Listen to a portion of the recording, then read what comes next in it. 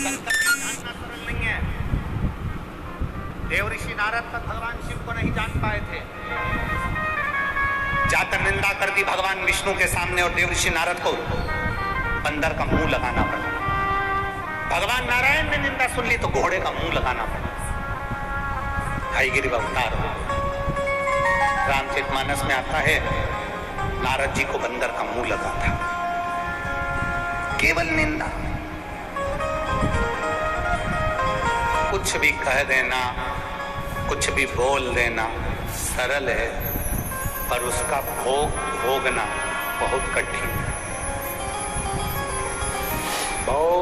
भोगना कठिन। अभी हमने कथा में कहा था कि 3 लोगों से बचना, लालची, आलसी और दोगला। दोगलाई करने वालों से भी बचने का प्रयास करना कि कोई तुमको, वो कहते हैं ना कि एक बात बोले बुरी तो नहीं लगेगी, पर जम के तो बोलो, पक्का बोल दे। सब जगह पर लिखा रहता है कुत्तों से सावधान, पर हम तो कहेंगे इंसान से भी सावधान। कुत्ता को मालूम है कि काटेगा इसलिए सावधान हो जाओ, पर कोई तुमसे गले लगकर कब छुरा घोंप कर जाएगा मालूम नहीं पड़ पाएगा। सावधान।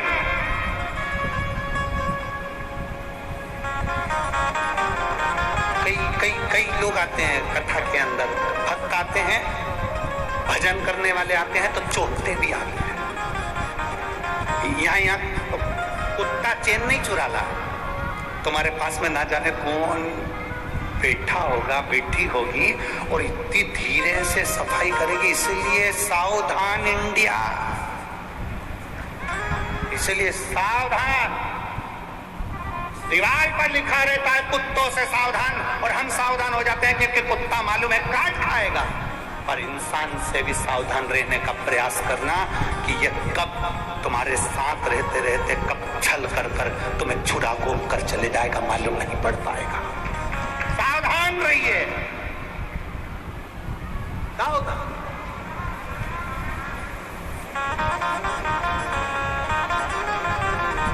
बहुत सावधान।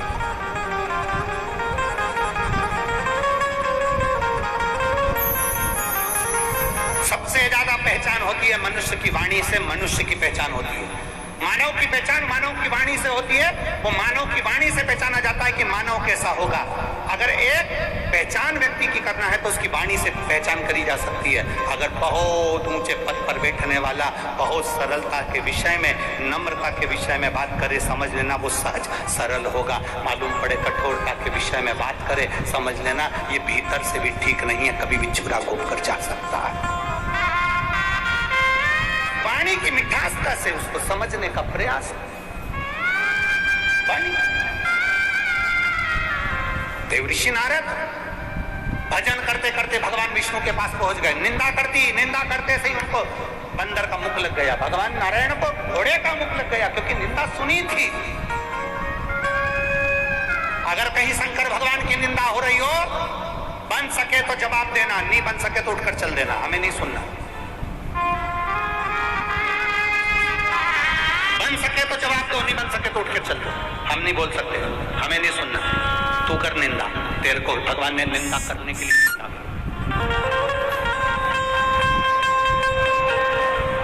माता के गर्भ से तू हुआ इसलिए क्योंकि भगवान ने तुझे गिफ्ट में पैदा कराया कि तू जगत की निंदा करे। कर निंदा। शिव की कोई निंदा करे, वहां से उठकर चल दो, हमें नहीं सुनना, हमें नहीं सुनना।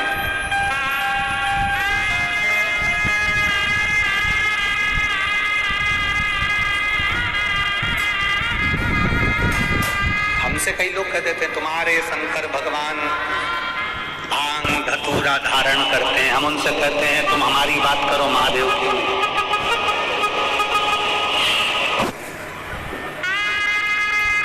फिर कोई प्रश्न करता है शंकर भगवान ऐसी प्रेरणा दे रहे हैं, भांग पीते हैं तो दुनिया के नए नए नवयुवक लड़के लड़कियां भांग पी रहे हैं, ये प्रेरणा देना चाहिए।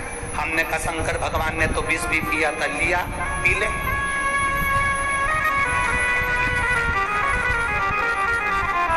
एक प्रेरणा है। शिव की निंदा हम नहीं सुने, शंकर भगवान की निंदा हम नहीं सुनते, और कोई करता भी है तो मां से उठ के चल देते, हम बोलते ही नहीं। क्या बोलो, सब परम आभूषण है, मौन रहना, चुप रहो। समय आया,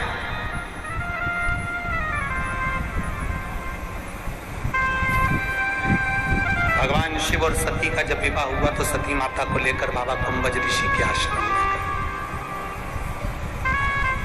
अब देखिए,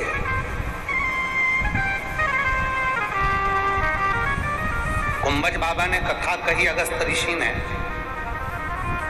शंकर भगवान कथा को सुन रहे हैं और सती मैया कथा को नहीं सुन पा रहे। बैठे दोनों हैं, कथा सुनने के लिए बैठे दोनों हैं। कुंभज ऋषि के दरवाजे पर, अगस्त बाबा के दरवाजे पर मेरे देवादिदेव महादेव भी बैठे हैं, तो सती माता भी बैठी है। कथा सुनने के लिए दोनों बैठे हैं, पर शंकर भगवान कथा को सुन पा रहे हैं और सती मैया कथा नहीं सुन पा रही।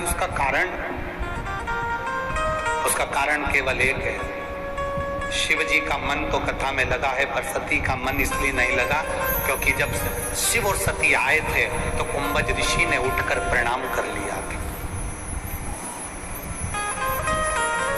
कुंभज ऋषि ने उठ के प्रणाम कर लिया था। सती मैया ने मन में विचार करा, कथा करने वाला, कथा बाचने वाला जब हमको प्रणाम कर रहा तो कथा क्या सुनाएगा। कथा बाचने वाला कथा सुनने वाले को प्रणाम करता है, इसलिए करता है क्योंकि तुम इतना अपना घर परिवार छोड़कर कथा सुनने के लिए आए हो तो तुम्हें प्रणाम करेगा। और कथा बाचने वाला कथा सुनने वाले को इसलिए प्रणाम करता है क्योंकि कथा बाचने वाला तो चौकी पर बैठता है, कथा सुनने वाला जमीन पर बैठता है। जो जमीन पर बैठता है वो जमींदार होता है, जो चौकी पर बैठता है वो चौकीदार होता है। आप जितने लोग जमीन पर बैठे हो सब जमींदार हो। बाचने वाला को प्रणाम करो, आपको नमन है।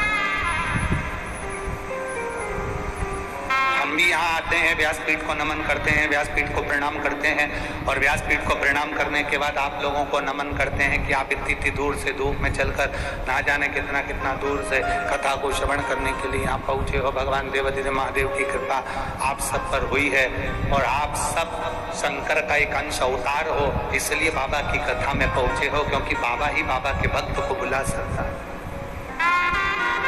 सती मैया का मन नहीं लगा, सती मैया का मन विचलित हो गए।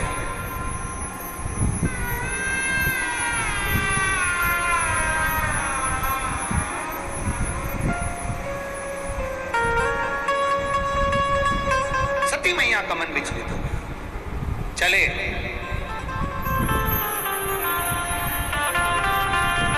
कथा का नियम है, कथा में बैठकर हाथ जोड़कर जो मांगेंगे वो मिलता है। सती मैया कथा में बैठी थी और उसने हाथ जोड़कर मांग लिया, मेरे पति भी कहाँ मुझे लेकर आए। शादी होने के बाद तो लोग घूमने के लिए दूसरी जगह जाते हैं, ये मुझे कथा सुनाने लाए। कितने सारे अरमान धर्म पत्नी के रहते हैं और वो कितनी सोच कर आती है, हम शादी के बाद में गोवा घूमने जाएंगे, हम शादी के बाद में ये द्वीप वो द्वीप घूमने जाएंगे, और मालूम पड़े शादी के बाद पत्नी घर पे और पति कह दे कि मेरे 25 दोस्त आ रहे हैं और तुझे खाना बनाना है, खाना बनाने वाली नहीं आएगी, तो पत्नी के दिल के अरमा आंसुओं में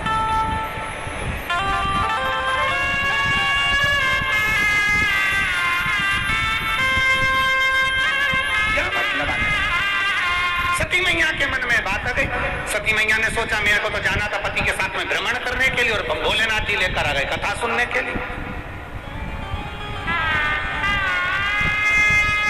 अब मन लगे, एक नियम है, शादी के बाद में दूल्हा दुल्हन को सत्यनारायण जी की कथा सुनवाई जाती है। बोलो सही है कि गलत है? अरे आपके यहाँ होता है कि नहीं होता हमको नहीं मालूम, पर हमारे इधर तो होता है। इधर होता है क्या? दूल्हा दुल्हन आते हैं ना, तो उनको दोनों को बिठाते हैं और पंडित जी आते हैं, सत्यनारायण की कथा सुनाते हैं। ये नियम कहाँ से चालू हुआ? ये शंकर जी से चालू हुआ। शंकर भगवान के विवाह जब सती माता से हुआ था, तो सती माता को लेकर कुंभज ऋषि की यहाँ कथा सुनने गए थे। उस दिन से नियम बनाया गया कि दूल्हा दुल्हन को शंकर भगवान की पवित्र आनंदमय कथा का रसतत्व ग्रहण कराया जाए, इसलिए सत्यनारायण की कथा सुनाई जाती है। और उसमें देखा जाता है दोनों में मन किसका लग रहा है।